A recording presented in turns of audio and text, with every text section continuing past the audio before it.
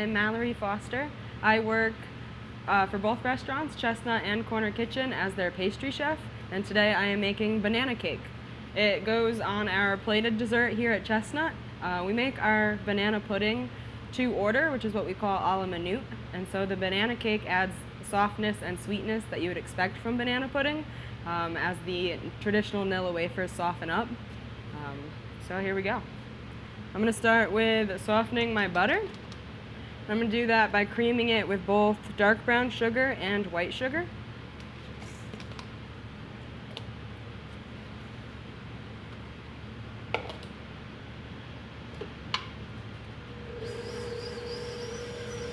And the creaming process should take anywhere between 5 to 8 minutes. I recommend having your butter at room temperature when you start.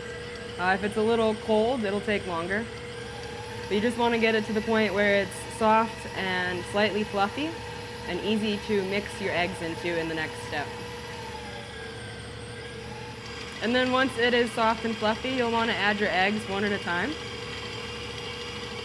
Just allow it to fully combine before you add your next one.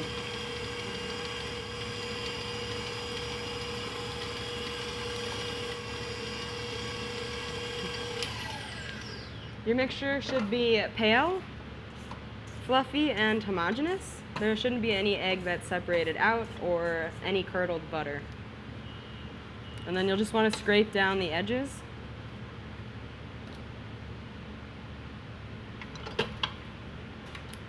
This is a very traditional cake batter recipe, so we're going to do the process of dry, wet, dry, wet, dry. So you just want to start and end with your dry ingredients. In this bowl is just a mixture of flour, cinnamon, cloves, salt, and baking soda. So I'm just going to mix that together real quick. And then with the mixer on low, you want to start incorporating your ingredients. There's the first third. And then our wets get in 2 different parts. So I'm going to add our mashed bananas and vanilla as one part.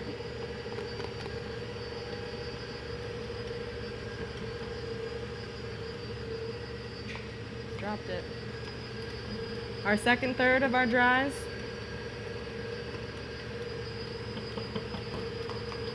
And then our second wet incorporation is our buttermilk.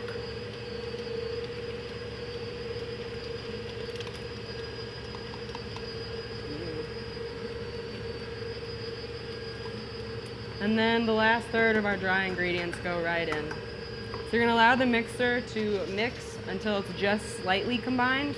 So you should still see some dry bits. We're going to fold the batter the rest of the way so that it doesn't get overmixed. If you overmix this batter, you'll get a very tough cake, and you want it to be moist and soft. And for our purposes, I just leave this plain and as is.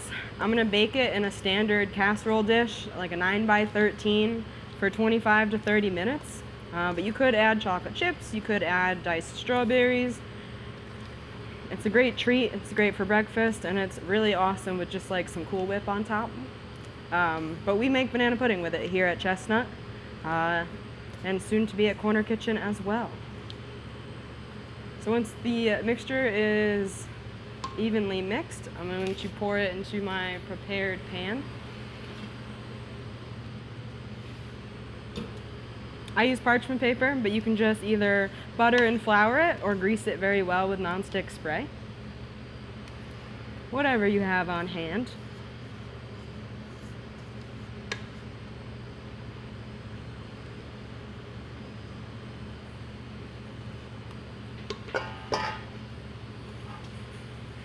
And that's all she wrote. She's going to go in the oven for 25 to 30 minutes and come out beautiful and golden brown.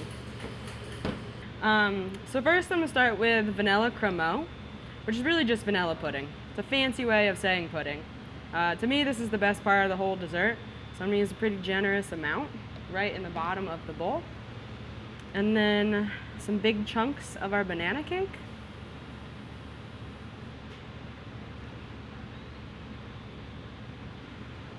And then, of course, bananas.